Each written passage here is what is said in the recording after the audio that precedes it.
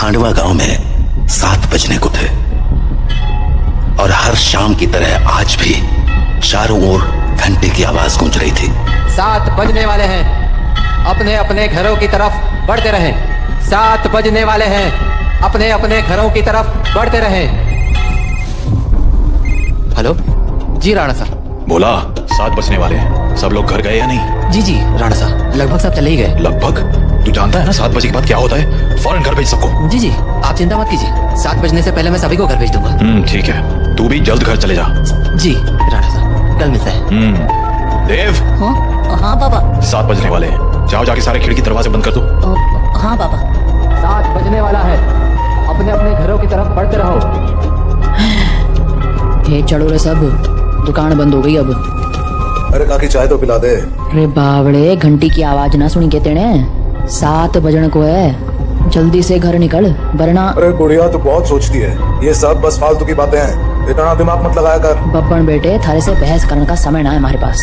बेहतर होगा कि 7 बजने से पहले तू अपने घर पहुंच जा, क्योंकि अगर रास्ते में वो मिल गए ना तो दोबारा यहाँ मत आइयो, क्योंकि मैं दरवाजा ना खोलूंगी, समझ गया? जा यहाँ से अब। हाँ जाता हूँ। हाँ बोलो राणा साहब। बाकी सब लोग घर चले गए ना? हाँ सब चले गए। ठीक है, आप भी याद से खिड़की दरवाजे बंद कर लेना। रोज फोन करके यही बोले है तुम। अरे 7 महीनों से गांव में कुछ ना हुआ तो अब क्या हो जाएगा? 7 महीने पहले जो हुआ था वो दोबारा भी हो सकता है, इसीलिए सावधानी जरूरी है। पापा। हाँ? सारे खिड़की दरवाजे लगा दिए। और पर्दे लगाए? पर्दे क्यों?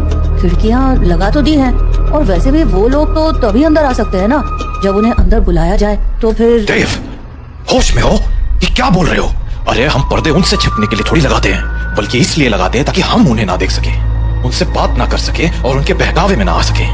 ऐसी गलती बहुत से लोगों ने की थी, उनके साथ क्या हुआ ये पूरा गांव जानता है, इसीलिए अच्छा होगा कि हम वो गलतियां ना दोहराएं। पापा, क्या मम्मी के साथ भी ऐसा ही कुछ हुआ था? क्या वो भी? 7 बज गए, जाओ जल्दी से जाके पर्दे लगा दो, वो लोग अब आते ही होंगे। हाँ।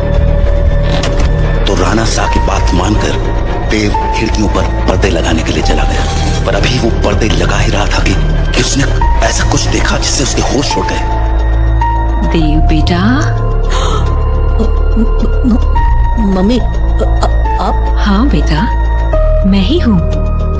पर आप यहाँ कैसे? तुमसे मिलने आई हूँ बेटा। हाँ, पर आप तो मर गए थे ना? नहीं तो, देखो मुझे, मैं तो जिंदा हूँ। लेकिन पापा ने तो बोला आप मर चुके हो। फिर? तुम्हारे पापा झूठ बोल रहे हैं बेटा।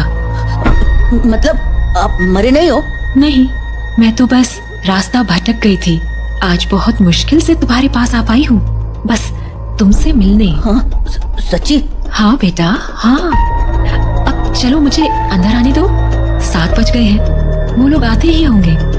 हाँ, मैं पापा को बोलता हूँ। नहीं, पापा को क्यों बुला रहे हो?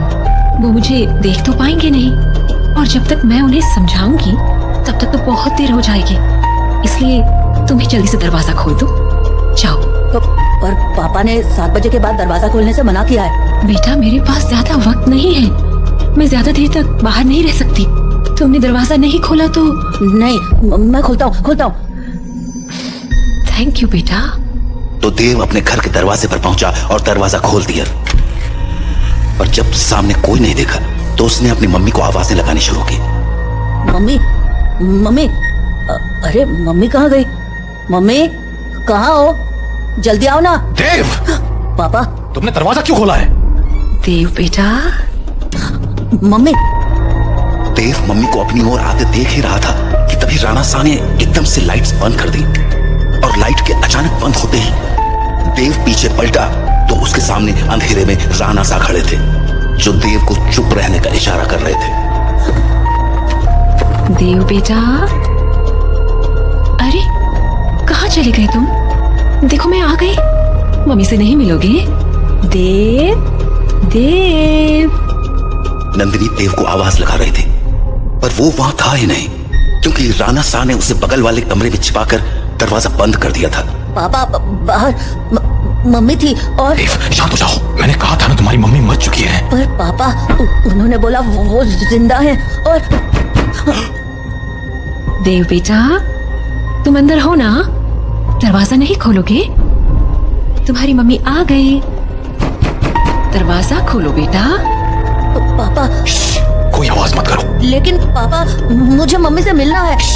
तुम्हें अगर सच में लगता है कि वो तुम्हारी मम्मी है तो उनसे कल सुबह मिल लेना, ठीक है? पर अभी के लिए शांत हो जाओ।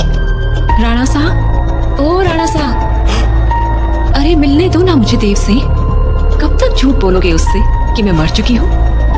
राणा सा, आप सुन रहे हो ना? पापा। बेटा बिल्कुल भी ध्यान मत दो और आंख बंद करके सो जाओ। पर पापा, मम्मी ये क्या बोल रही है? शांत रहो देव, कल सुबह मैं तुम्हें सब समझा दूंगा। पर अभी के लिए चुपचाप आंखें बंद करो और सो जाओ। तो देव अपने पापा के कंधे पर सर रखकर सो गया। और जब सुबह हुई तो राणा साहब देव को आवाज लगाते हुए बोले, देव उठ जाओ, सुबह हो गई है। हाँ, सुबह हो गई तो मम्मी से मिल सकते हैं ना आप? आओ मेरे साथ, तुम्हें तुम्हारी मम्मी से मिलाता हूँ। लेकिन जैसे ही दोनों कमरे के बाहर आए वहां कोई नहीं था। हाँ, मम्मी कहाँ गई? मैंने कहा था ना कि वो तुम्हारी मम्मी नहीं थी। पापा, वो मम्मी जैसे ही बात कर रही थी। बेटा मैंने समझाया था ना तुम्हें, पर्दे लगाने के पीछे की सबसे बड़ी वजह यही है कि हम उन्हें देख ना पाए, उनकी बातों में ना आ पाए। जैसे कल तुम आ गए। और वो बोल रही थी कि वो मरी नहीं है, जिंदा है। अगर वो मर गई है तो यहाँ कैसे आ गई? एक काम करो, मेरे साथ आओ।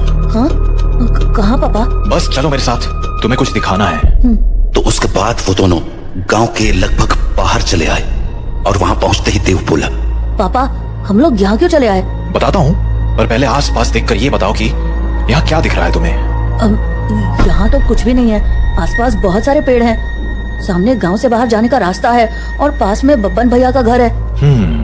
तुम्हें कहीं पर कोई बस दिख रही है क्या? हाँ, वो उस तरफ एक पुरानी सी बस है। क्यों? बेटा ये वही जगह है जहाँ तुम्हारी मम्मी की मौत हुई थी। हाँ, उस दिन हमें शहर से लौटने में देरी हो गई थी और गांव पहुंचते पहुंचते सुबह के 4 बज गए। सूरज निकलने में थोड़ा वक्त था तो गांव के सभी घरों की खिड़की दरवाजे बंद ही थे। इसीलिए सुबह होने तक हमारे पास झाड़ियों में छिपे रहने के अलावा कोई चारा नहीं था। हम लोग एक झाड़ के पीछे छिपे ही थे कि मैंने तुम्हारी मम्मी की एक आवाज सुनी। नंदिनी, क्या हुआ? राणा साहब, उन्होंने हमें देख लिया है, हमें कहीं और जाना पड़ेगा। हाँ, पर कहाँ?